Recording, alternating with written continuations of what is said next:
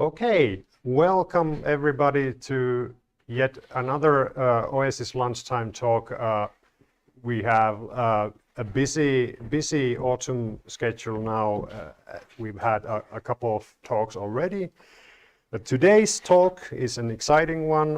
It deals with gamification, a phenomenon that touches so many areas of our life now, especially as we sort of navigate various digital services that want our attention and also can be designed around these kind of play-derived frameworks. Today's talk focuses on gamification in organizations and management, more or less. Would that be right? It's a starting point. Yeah. The title of the talk is Play in the Age of Neoliberalism, Theorizing Gamification Through Alienation, Power and Identity.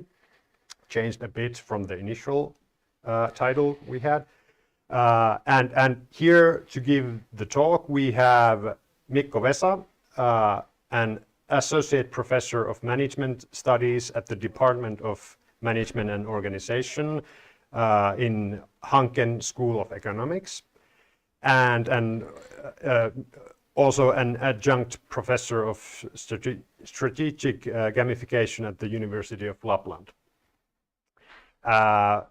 Professor Vesa has 15 years of experience in researching games, the gaming industry and gamification in the subject of business management.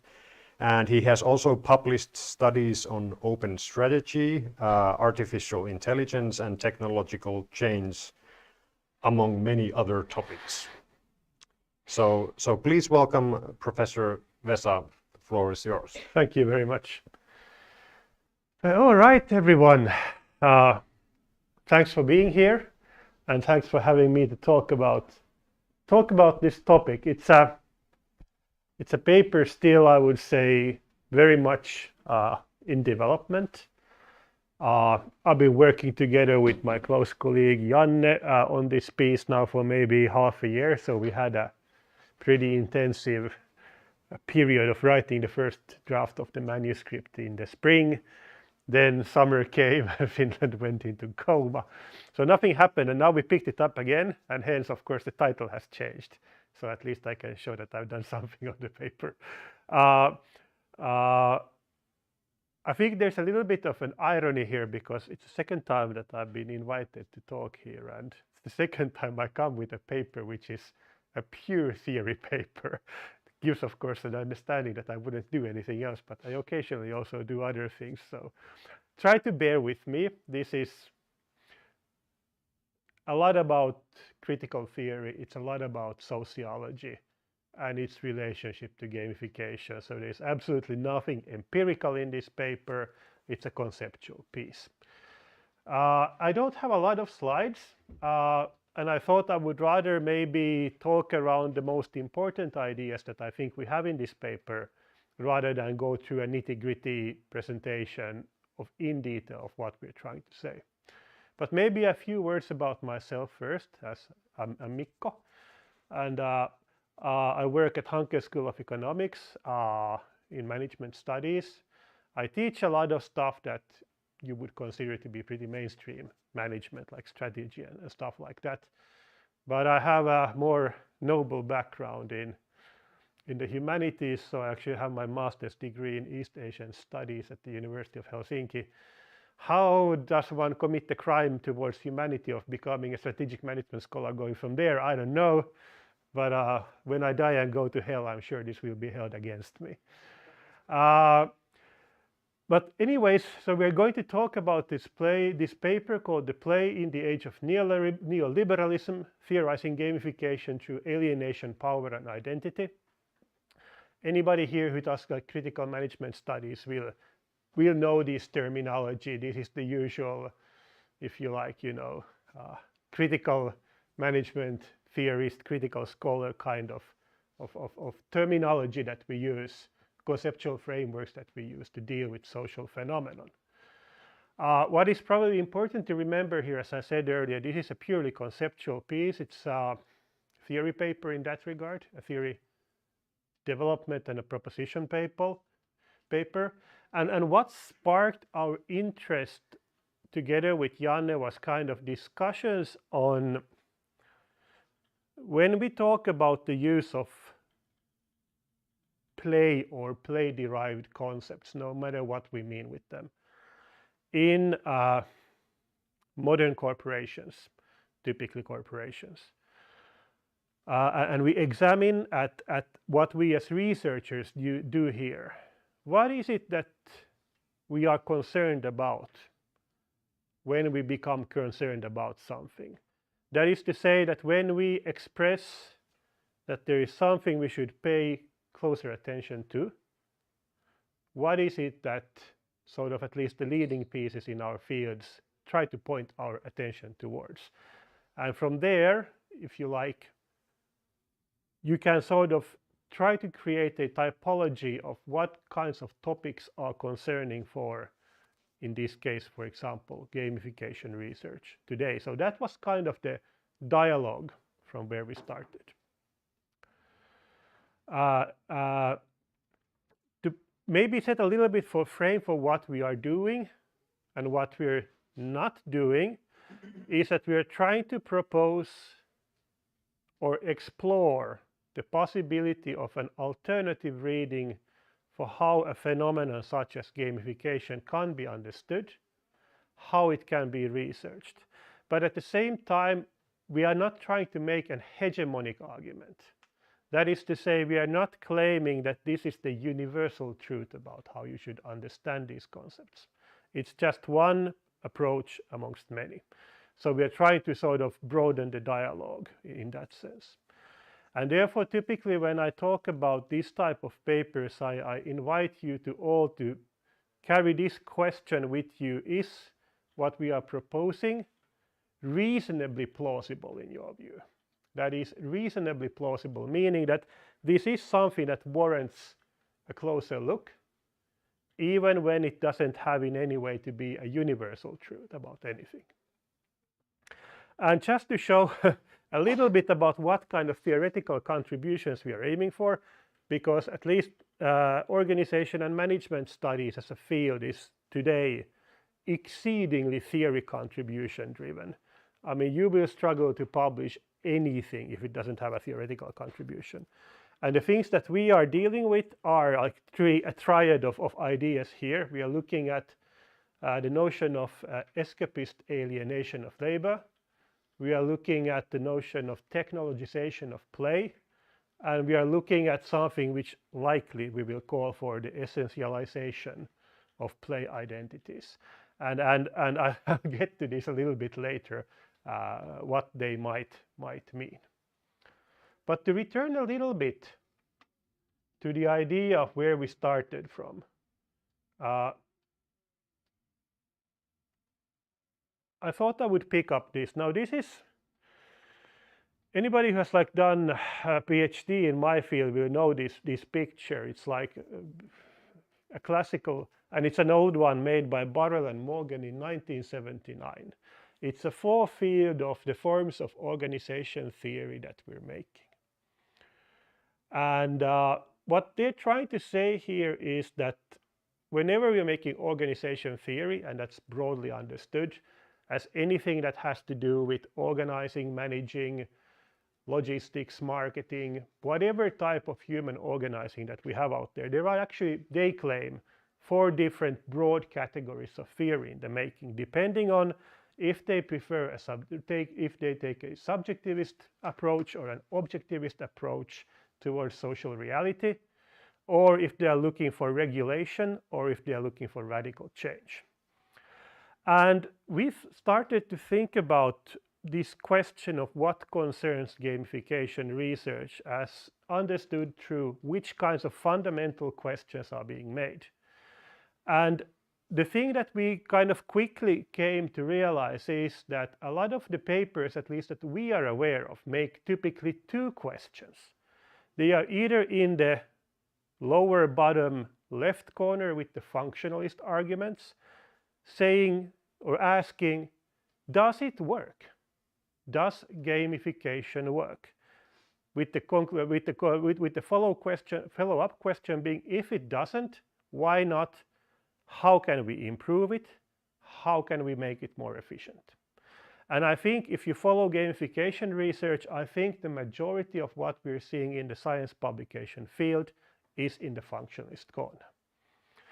The other debate that we do spot is what we think of as mostly an ethical debate that tends to ask the question of, is gamification right? Typically drawing on, I would say, ideas that mostly come either from a bit more analytical philosophy, like I think the Kim and Verbach 2016 piece, or we are seeing a lot of, I think, human interest argumentation around the question of, is it right? And for example, if we look at the critique by Ian Bogost, I think it also rests actually in this, what I call for the radical humanist group, or some stuff that, for example, Sebastian Detterding has been writing as of lately. And then there is, we think there is also an interpretative tradition down in the corner. What we mean with that is typically, more ethnographic research, stuff that is interested in the lived experiences of people in game-like context, in gamification-like contexts. Thick description, if one would like to play with the words, tends to come with thick concern. So it's very much this, the researcher went into the real world of these people, and then you realized all these problems that exist out there. But it's very particular, very specific, very contextualized to a given location. But what we realized is that we cannot find almost any research that would be in a radical structuralist corner. In the radical structuralist corner, the key question you would make yourself is, when we examine a social practice, such as gamification, is it an emancipatory practice or not? And the argument here is that questions of emancipation are structural. They are contained in the social structures in which we live. They are not questions about individual human agency, which is typically more what you see in the radical humanist camp, where again the questions become questions of, am I as a human being doing the right things? The structuralist approach understands the question differently. So based on this reading, and again I have to say it's not really based on a thorough lit review, but let's say on the well-known stuff that everybody cites all the time, we came to the question that there is a lack in the upper corner, and that leads to a question and interest in how can we debate the structural conditions of gamification as a part of late modern capitalist society. So this is kind of where we found ourselves, and it is of course the kind of question where a critical management scholar very much prefer to find themselves as well. So in that sense, of course, we were happy to find exactly what we were looking for. But that is still a valid question. So this is kind of how, if you want to understand the meta context of one possible way of understanding the meta context of how we understand human organizing theoretically, where we find ourselves, and kind of where we are making a little bit of the argument that there is actually a gap of conceptual terminology, of conceptual models and theory that we could use to mobilize the research, at least in management studies. So then based on this, we generated a theoretical narrative. And this is actually a pretty linear narrative. So one point very much leads to the other. And this is in essence what we are trying to say. That when you're starting to examine questions about social structure always comes down to a question of ideology. With ideology, we mean a performative, normative fantasy, that's a story basically, structuring social reality. That is to say that as people living in this world, we have in our minds an ideological construction that tells to us how is it justified to organize ourselves and which forms of organizing are illegitimate. If we think about this from the gamification's perspective, I think one of the first arguments we make in this paper is that there's no way of understanding gamification as an ideology, because gamification is the product of an ideology. It's a product of an ideology. That is, when we as human beings in our social structures reenact this performative normative fantasy, and we apply the dominant ideology, the consequence is that we get gamification. And what is at play here is what we find at play is that it is neoliberalism that is the ideologically structuring force. That is to say, neoliberalism's examination of play results in what we have as the practice of gamification. Why is this so? Well, if you examine what neoliberal ideology means for us, we claim it has an ontological primacy. The notion of an ontological primacy means that this is the most ultimate key value in the ideology. This is something that cannot be questioned. If you question this, then the ideology will lose its effect on you. That is to say, at the heart of neoliberalism, there is an ontological primacy of the economic.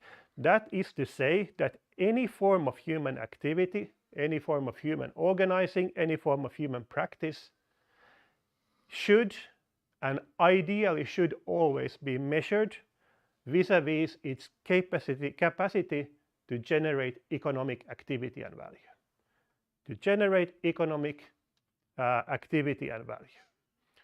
And the idea, and neoliberalism thinks this is important because they find that to understand something economically is an ideal way of understanding social relations, but it is because it is a pure, fair and objective sphere of social relations mediated by markets. So it's not tainted by anything else. So it has this ideal of the economic value being what is of primary value and markets as the primary mediating force. And if you question it, then you're not then sort of the neoliberalism will easily lose its effect on you. But because it's a social structure, it means that it is for us as individuals tremendously difficult to resist what is actually going on. And then we come to that point that we claim that gamification is the neoliberalization of play. That is to say, gamification is a reading of play in which economic values and market transactability are the key forms of understanding what play is. The question is like, okay, if this could be the case, what kind of does this entail? Well, we make like two arguments here. That ideologies always, of course, convey power. They are demanding. They inform us how we should behave. And when you manifest neoliberal ideology on play, the first consequence is the technologization of play. What does this mean? To technologize something means to break things into their component pieces so that you can generalize and standardize, measure whatever social practices you're dealing with. The most banal of this stuff is, of course, the notion of points, badges, and leaderboards, whereby play, as an act of freedom, is rendered into a measurable system, into a quantifiable system, into a system that more or less as a business practice can be transformed from one context to the other. Maybe you need a little bit of consultants to come in and tweak and bits and pieces here. But the idea is that when you generalize something, when you technologize a practice, it becomes sort of a universal business practice. And this technologization you can find in PBL, but it is actually contained in the very idea of the game design element.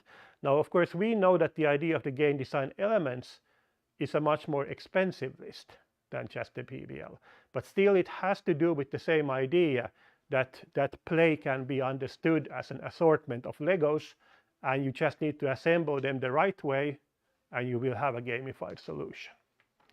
So that is kind of the first thought that we had here, is that we have at work here this technologization of play.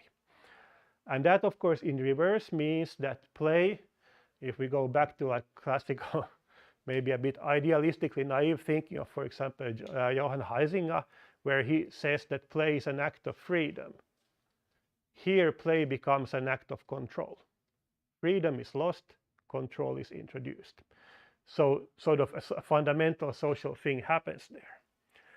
And also, secondly, power is manifested through sort of this obfuscated play work identity. That is to say, in conventional modern society, a work identity is something very clear. You go to work and you work. You play and you play. But if we start to gamify things, we often get with this hybrid play-work identity. So who you are in a gamified context is not really real.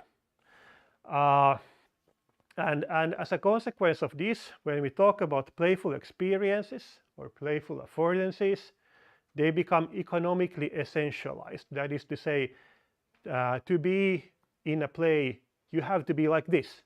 You have to be like this. You have to be like this.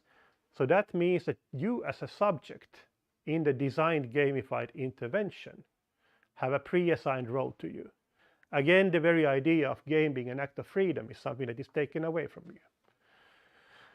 And ultimately, this has the consequence of generating what we think is a very new form of alienation.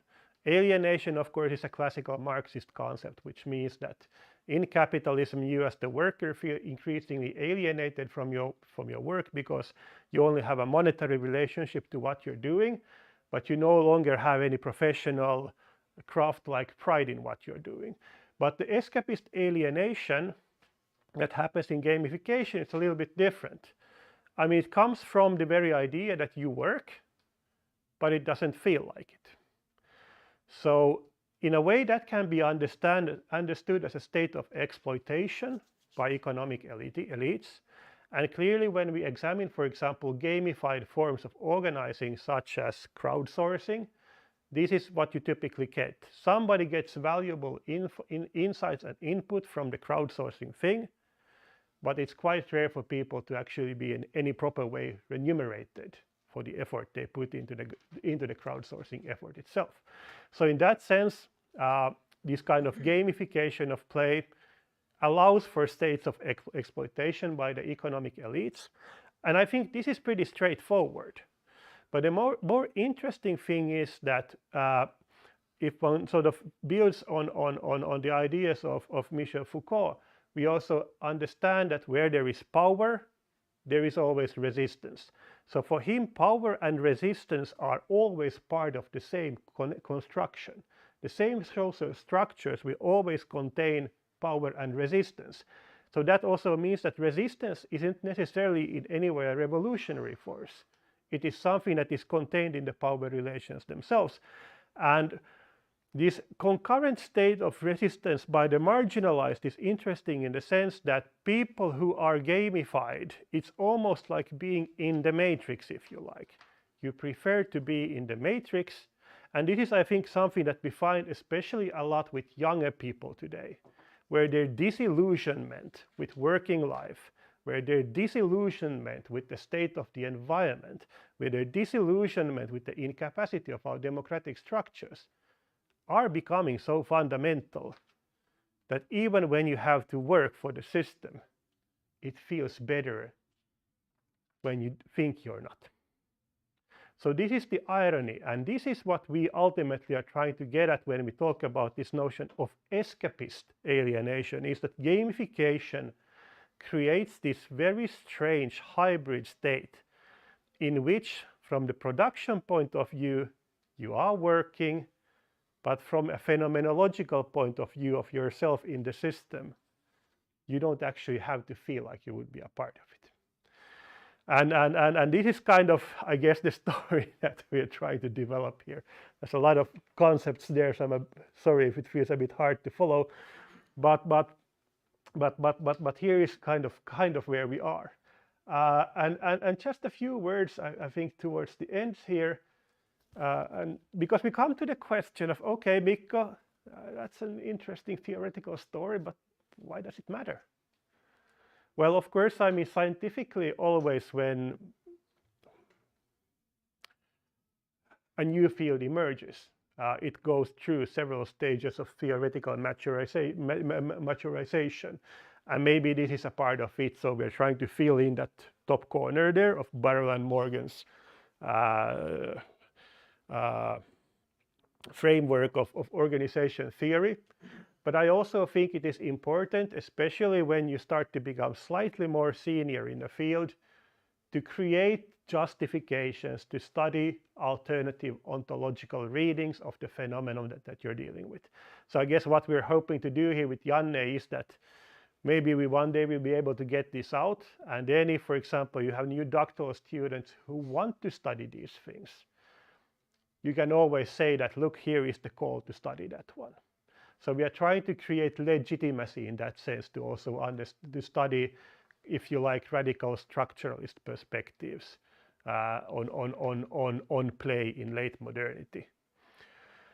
I also think that we have some fundamental ethical concerns at work here. I don't know about you, but for me, this idea of play as an act of freedom has always been an important notion, even though I do recognize it's naive, it's still beautiful. And I think in some extent, I feel I have a certain responsibility of trying to defend that way of seeing the world.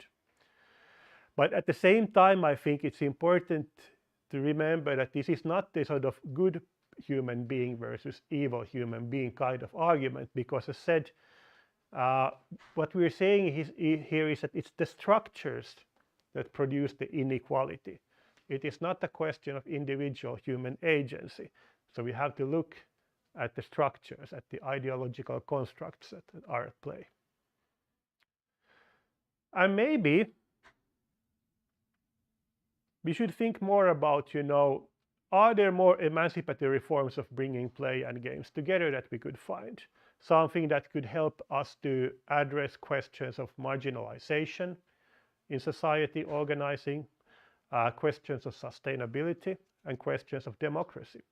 It might be that gamification as a conceptual apparatus isn't very good at getting at that. And of course, ultimately, as said, there are many caveats to the kinds of arguments that we're making here.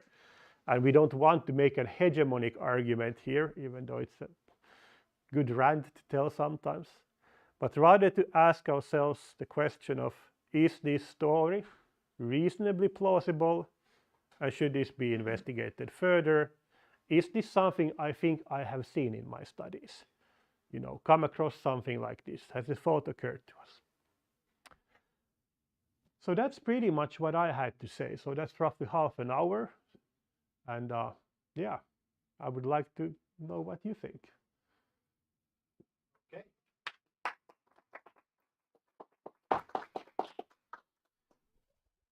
Thank you, Mikko, for the talk. Interesting theoretical piece. Are there immediate questions from the audience? Yes.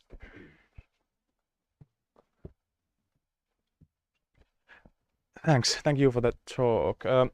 I was just thinking about how I read this American scholar called Amanda Phillips, who argues that the identity of the gamer has been really compatible with neoliberalism, and how it is a consumer's identity that kind of like enforces this competition and meritocracy idea. But she also makes the link between gamer academics and how the people studying this field has also kind of like enforced or employed this ideology in this manner by identifying with this kind of like consumerist identity. I don't know, would this be kind of like an explanation of how this ideology is put into practice? Maybe that would be a question about it. I think it's something I thought about too, actually. I don't know the specific literature that you're referring to, but we have a couple of similar pieces in my area as well, where sort of people are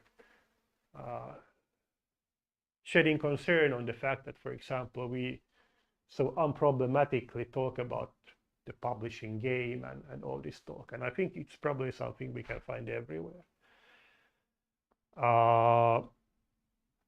In that sense, of course, it has to do, I guess, with the fact that in play, there are many play forms that are based on competition.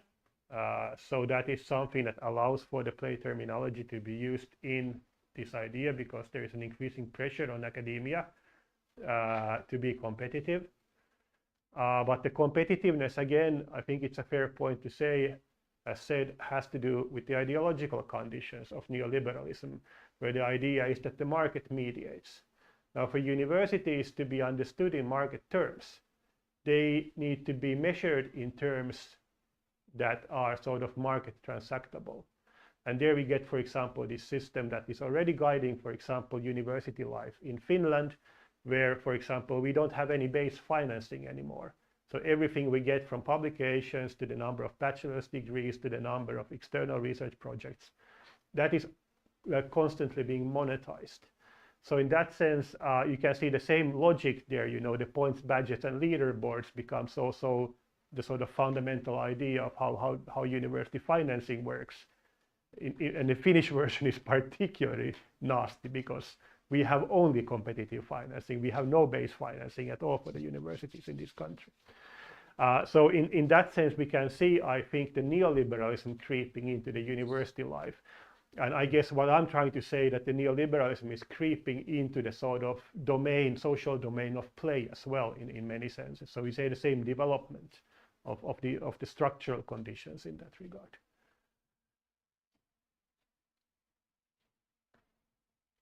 Okay. Other questions? Yes.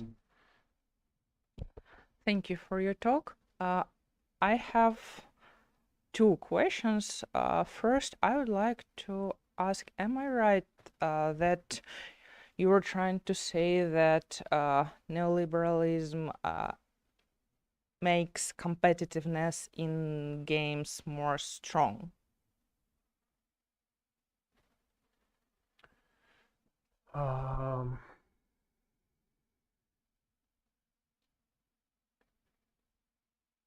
Well, first of all, maybe not, because the way I understood typically gamification is the use of play, sort of things that come from the domain of play outside of play context. So in that sense, I don't think it necessarily makes games more competitive, but it is a way of transmitting competitiveness to other forms of organizing. So I guess that would be the answer there. And that is, of course, accords well with the idea of neoliberalism, where we want to see a world transacted by fair markets. Thank you. The second question is connected to the first, because I was curious about, I would say, cultural background of your study. What I mean here, did the study focus on one area or one bigger, smaller environment? Because I am from the different cultural background, and things that are described as connected to neoliberalism, for me, don't feel so strong here. So I was curious about these terms of your approach to gamification. Thanks. May I ask, where do you come from? Ukraine. Ukraine, okay.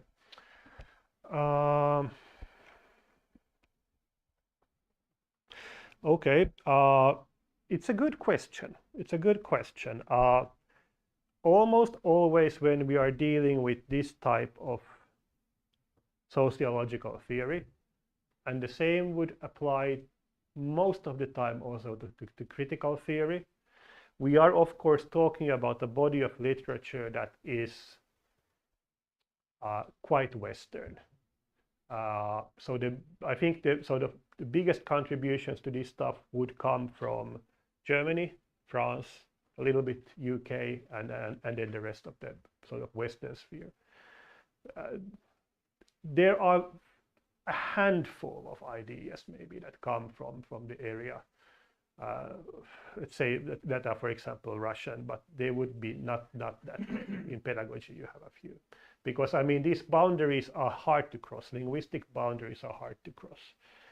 So you could also make a similar argument, for example, using post-colonial theory, which is then much more interested in questions of colonialism, in questions about, for example, global south. That's a big terminology there.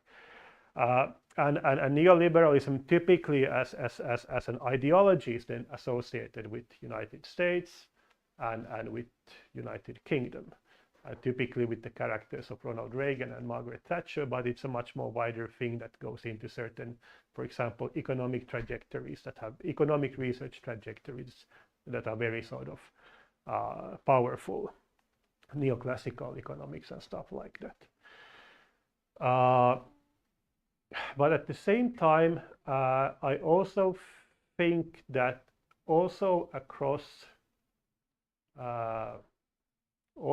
Eastern Europe, you would see the effects of this to some extent, in the sense that the primacy of the market has become much more important than it was, for example, before the collapse of the Soviet Union, when there was a different economic logic at work. But it's a fair point. It's a reasonably Western argument. I really enjoyed the talk, so thank you. And delighted to hear that in some spaces around, this is the kind of thinking in management spaces that isn't happening in the United States. So it's delightful. Like, it's just a breath of fresh air for me.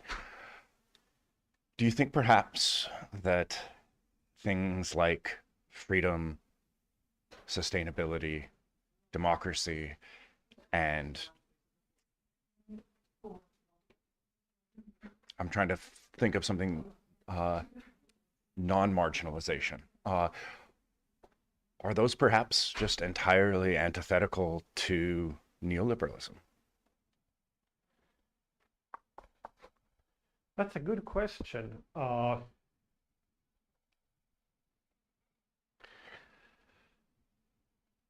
think it probably applies to at least these three different notions in a different way.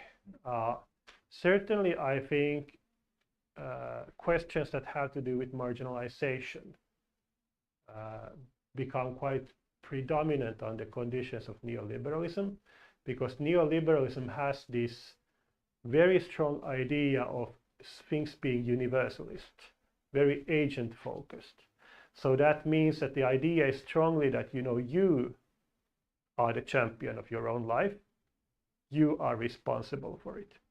So that means that questions of marginalization, for example, of minorities, of women, of people with disabilities, of the elderly, of kids, questions of race, are not accounted for, because it's a question of you as an atomistic agent acting in a world of other atomistic agents. So I think questions of marginalization are clearly something that stands out. Sustainability is more questionable. I mean, surely we can say that it's a neoliberal economic system that has generated the sustainability problems that we have. But of course, we don't know if they would have been created under other systems. The question is, does it make any difference? I don't know either, but it's hard to say. But certainly, again, then the question becomes, I guess, in that sense, that do you think markets care about sustainability questions? Can they predict them? Can they actually price them? I think we have reason to be skeptical, because when you look at, for example, a lot of carbon reduction market-based solutions, they don't really tend to work. So in that sense, at least so far, I think the responses have been unsatisfactory. Democracy is probably the trickiest one because, of course, a lot of the early ideologies of neoliberalism actually claimed it's a highly democratic thing, and a lot of the original thinkers, for example, in the Vienna School, they were like strongly anti-authoritarian characters. Many of them were Jews who fled to the United States from the prosecutions in Europe in the 30s. So they created a lot of the sort of conceptual ideology behind this, of course. But today, it's hard to say if we are there any longer because the world has changed in such fundamentally big ways. Capitalism doesn't look the way now the way it looked in the 30s. Our technologies don't look the same. The state of our civil society is, well, sadly starting to look a little bit like the 1930s, which is not a good thing. But yeah, so I think it plays out differently across different phenomena.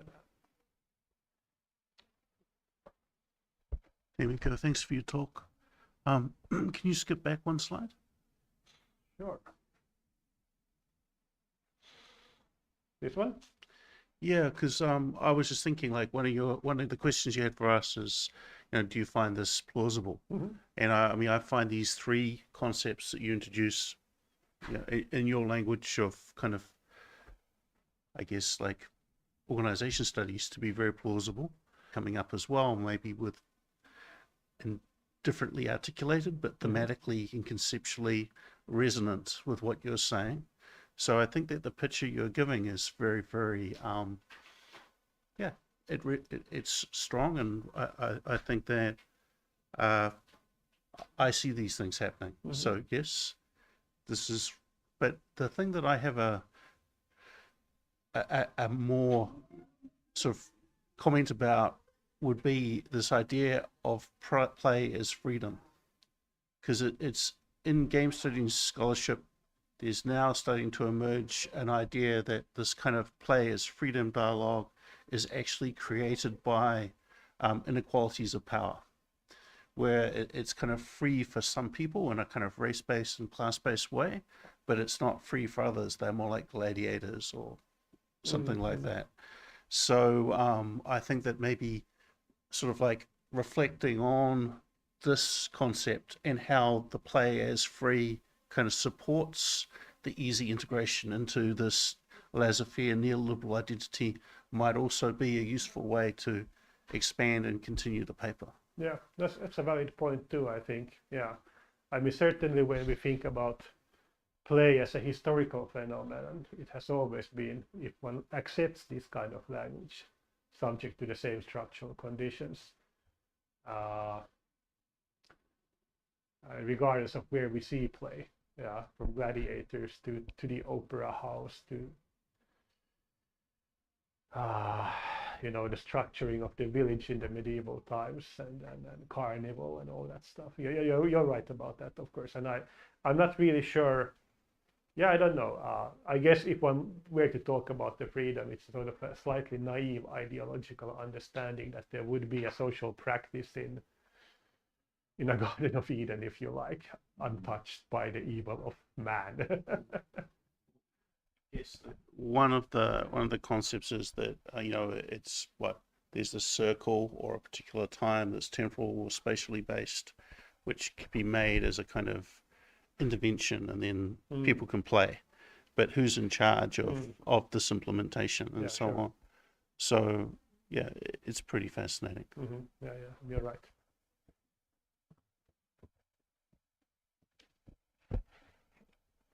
Thanks, Mikko, for a fascinating talk. I mean, like during the talk, I started to think about, or sort of like in my mind went back 20 years and sort of like thought about how Stephen Klein and others in their book Digital Play, which is from 2003 or around there, they sort of like argue that digital games are a sort of like an ideal commodity for post-Fordist capitalism. And then what you're saying here is sort of similar. It's sort of like close, but I'm sort of like trying to think in my mind that is the difference only in the sort of like the I don't know, is how the sort of like the effect is intensified, or is there sort of like qualitatively something different there? And I mean, like, think about it. I got one more thing, which is sort of like also why this is a great piece, because it sort of like obviously makes people think about different things. Because I think there are sort of like there are also in game studies there are sort of like scholars who've identified this interesting sort of a push pull dynamic. These sorts of phenomena sort of like seem to have like Kalle was talking about the gamer identity, and this made me think about someone like Graham Kirkpatrick, who writes about ludification, but then also the sort of like what he calls ludifaction, which is sort of like more of a sort of like the negative underside of this development. And then also like I've been recently reading Brendan Keogh's new book, or some of his other writings as well, and he's talking mostly about game making, but he sort of like really in an interesting way shows how this sort of like is often a combination of sort of like self-exploitation and self-emancipation, and this is a sort of like how these people sort of like navigate their everyday life is sort of like a combination of these things. So Right, especially this kind of self-exploitation and self-emancipation simultaneously. And it actually makes me think about like the free/Libre open source software movement, which is like, I want to do this thing, I want to make a thing, and I want to make it outside of capitalism. Of course, capitalism captures it, because that's what it does. But I think part of like when you're thinking about this democratization and freedom, where are those third spaces that we can find emancipation, knowing that capitalism may try to capture it? But like, to me, I think that's this piece, like people's freedom to pursue self-expression. I don't know. I don't have any answer to what you're saying, but you made an interesting sort of note there about open software, because actually the reason why we ended up with this piece is that in management studies in the early 2000s, there came this strong research interest in open innovation, sort of very practically the same thing, different labels. And then in strategic management, maybe 10 years later, there emerges an interest in open strategy, where they're trying to understand how can we use, basically transparency and inclusion to enhance the value of strategic decision making. And me and Janne actually started to work on a piece there where we pointed out that, look, strategic management is an incredibly hegemonic force. It's typically an area of hegemonic masculinities, if there's ever been one. And then we started to develop this idea, and actually it was through that paper we ended up thinking about this paper as well. So clearly there is some kind of bridge of thoughts there. Yeah. One other thing about your point on this slide and about exploitation and alienation, I was wondering, how do you feel about opposite situation?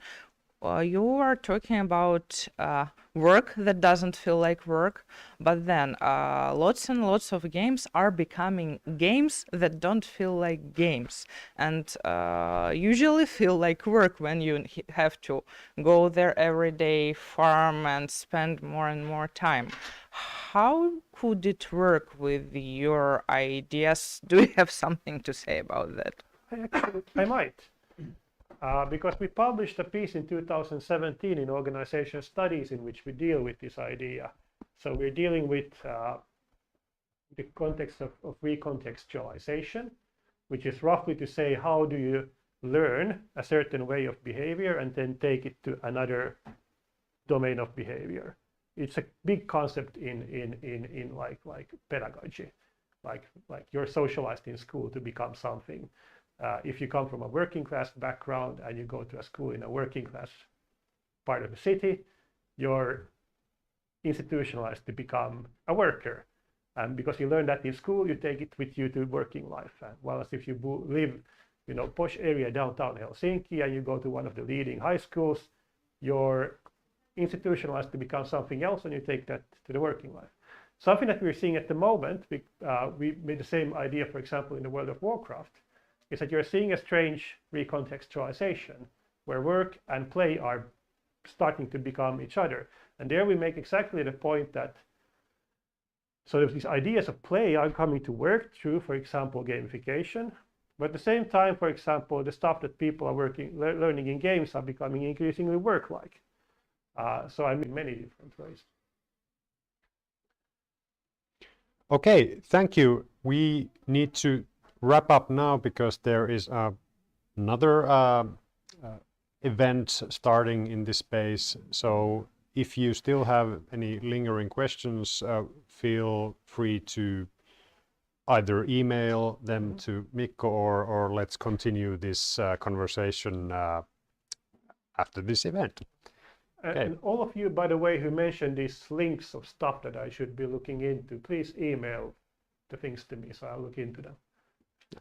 Okay, well, once again, thank you, Mikko, for Thanks. the talk.